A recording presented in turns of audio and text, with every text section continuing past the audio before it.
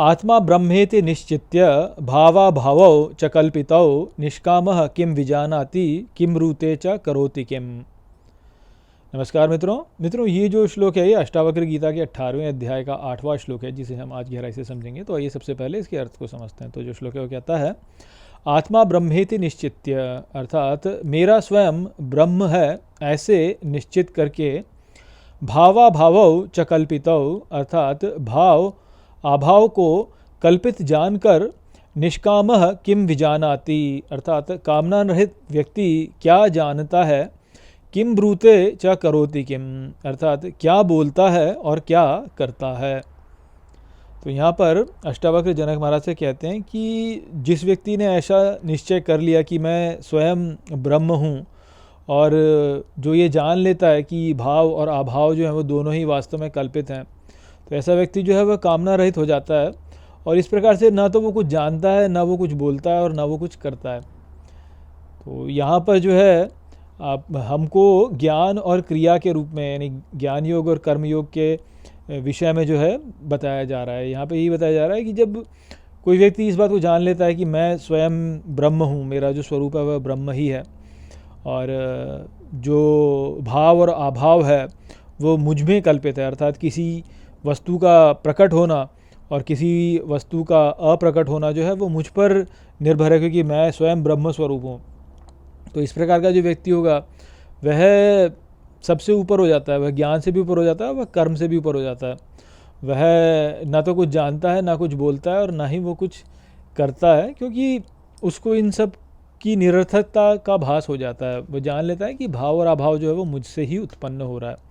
तो जब ये मुझसे ही उत्पन्न हो रहा है तो मैं इसको इतना गंभीर क्यों मानूं इन सबको। तो इसलिए फिर उसको ना तो किसी से कुछ जानने की उसमें इच्छा रहती है, ना उसको कुछ बोलने की इच्छा रहती है, ना उसको कुछ करने की इच्छा रहती है, क्योंकि वो जानता है कि ये सब कुछ क्या है, टाइम वेस्ट, जिसे हम कहते हैं टाइम वेस्ट, समय व्यर्थ करना और कुछ नहीं है वास्तव में। तो आप इसको ऐसे समझ सकते हैं। देखिए, जैसे आप यदि ऑनलाइन चले जाएँ तो कई बार आप देखेंगे कि यदि कोई विचार अपना सामने रखता है तो लोगों को उसके प्रति अपने विचार रखने की एक स्पृहा होती है, उनके भीतर एक भाव होता है कि भाई नहीं, तुम गलत हो, मैं सही हूँ, मैं जानता हूँ इस बात को, तुमने नहीं जाना तो मैं बताता हूँ तुमको कि क्या ठीक है। परंतु जो व्यक्ति इस बात को जान लेता है कि सब कुछ कल्पित ही है, तो वह ऐसे क्यों सोचेगा। उदाहरण के लिए जैसे देखिए, मान लीजिए कि एक आपका पक्ष है और किसी अन्य का पक्ष है। धार्मिक संप्रदाय के रूप में समझ सकते हैं, राष्ट्र के रूप में समझ सकते हैं, या किसी पॉलिटिकल एफिलिएशन के रूप में समझ सकते हैं आप कि भाई आप वामपंथी हैं कि दक्षिणपंथी हैं। कुछ भी इस प्रकार का एक आप सोच सकते हैं कि भाई मेरा ये पक्ष है, मैं ये मानता हूँ, और सामने वाला कुछ और मानता है। अब हमको क्या लगता है कि जब सामने वाला जीतने लगता है, हमारे पक्ष के विरुद्ध वाला जीतने लगता है, या उसको जो है अधिक समर्थन मिलने लगता है, तो हमको लगता है कि अरे ये तो गड़बड़ हो जाएगी भाई, संसार बिगड़ जाएगा, क्योंकि जो हम विचार सोचते हैं बात तो वही है जो कल्याण करेगी संसार का, परंतु लोग तो उल्टे उसमें जा रहे हैं, तो भाई ये तो गड़बड़ हो रही है, तो चलो मुझे कुछ करना चाहिए, इसके लिए मुझे कुछ बोलना चाहिए और मुझे जो है कुछ करना चाहिए, ऐसा भाव आता है ना।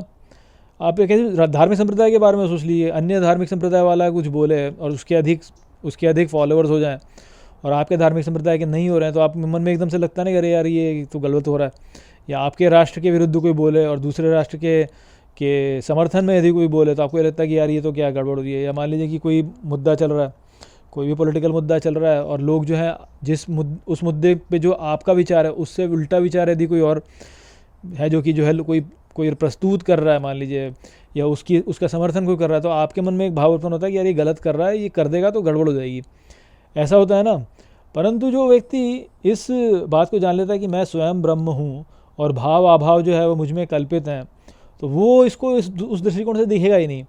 पहली बात तो वो कोई पक्ष लेगा ही नहीं, क्योंकि उसको पता है कि भाई पक्ष और विपक्ष कुछ होता नहीं है, ये तो खेल है बस, ऐसे ही ये तो ये ऐसे ही है बस, इसमें कुछ है नहीं वास्तव में। एक तो पहली बात। पर मान लीजिए कि चलिए उसका एक कोई मत हो भी जाता है, मान लीजिए कि भाई ऐसे करना ठीक है, और यदि वो देखता है कि अधिक लोग ऐसे हैं जो कि उसके मत के विरुद्ध जा रहे हैं, बहुत से ऐसे लोग हैं उसके मत के विरुद्ध जा रहे हैं, तो वो जो है उनका जो विचार है उसका खंडन नहीं करता है, अपितु वह ये समझने का प्रयास करता है कि सामने वाला जो है वो इस प्रकार से क्यों सोच रहा है।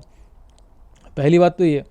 और ये तो फिर भी एक स्तर है, जो सर्वोच्च स्तर होता है वहाँ पर तो व्यक्ति बोलता है कि भाई ये क्या है, ये सब मेरे सामने ड्रामा हो रहा है, फालतू की बातें हैं, इसमें कुछ रखा नहीं है, सार नहीं है इसमें कुछ भी, ये केवल ऊपर से मुझे दिख रहा है ऐसा, परंतु वास्तव में ऐसा कुछ है नहीं।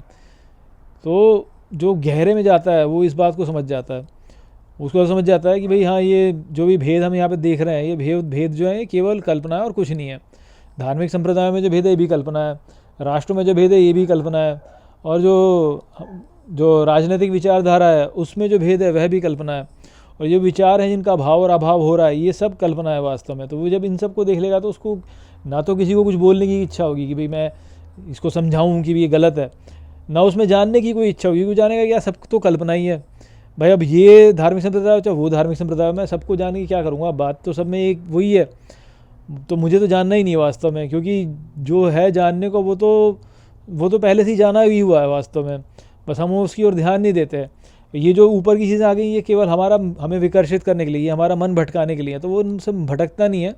और जो सत्य है, जो पीछे जो सत्य है उस पर ही उसकी सदा दृष्टि रहती है, तो वो वहीं पर रहता है। वो ना तो कुछ जानने का प्रयास करता है, ना कुछ बोलता है, ना कुछ करता है, क्योंकि उसको पता है कि ये सब टाइम वेस्ट है। जैसा कि मैंने बताया, समय व्यर्थ करना है, इसमें कुछ रखा नहीं है वास्तव में। जो वास्तव में प्राप्त करने को है वो ये जो दृष्टि है, दिव्य दृष्टि, जो कि उस स्थिर पर निरंतर रहती है और वहाँ से नहीं हटती, वो है। तो उसका सारा जो ध्यान होता है वो उसे प्राप्त करने में लग जाता है, ना कि दूसरों को समझाने में कि भाई तुम गलत सोच रहे हो, तुम ये कर रहे हो, तुम्हें ऐसा होना चाहिए, संसार में ऐसा होना चाहिए, तुमको ऐसा रहना चाहिए। इस प्रकार की भाव उसके अंदर रहते ही नहीं। उसका पूरा ध्यान जो होता है वो पीछे जो सत्य है, जो सबके पीछे जो है सत्य है, वो वहीं रहता है उसका ध्यान। तो एक प्रकार से कहे तो ईश्वर पर उसका ध्यान रहता है सदा, कि बस उसी पर ध्यान है, ईश्वर को देख रहा है। जैसे गीता में श्री कृष्ण कहते हैं ना कि जो सब में मुझको देखता है और मुझ में सबको देखता है, उसके लिए मैं कभी नष्ट नहीं होता, अर्थात मैं कभी उसकी आंखों से दूर नहीं होता और वो मेरी आंखों से कभी दूर नहीं होता। तो ऐसा जो व्यक्ति होता है उसका भगवान कल्याण कर ही देते हैं, उसका भगवान कल्याण कर लेते हैं और वो अपना कल्याण स्वयं कर लेता है, वो भगवान को छुपने नहीं देता। जो व्यक्ति जो है इन चक्रों में पड़ जाता है और बह जाता है इन चक्रों में, उसके लिए भगवान छुप जाते हैं। परंतु ऐसा जो व्यक्ति होता है जो इनसे प्रभावित नहीं होता, वो भगवान को छुपने नहीं देता, बोलता है मैं छुपने नहीं दूंगा तो आपको, मैं तो देखूंगा आपको पूरे समय।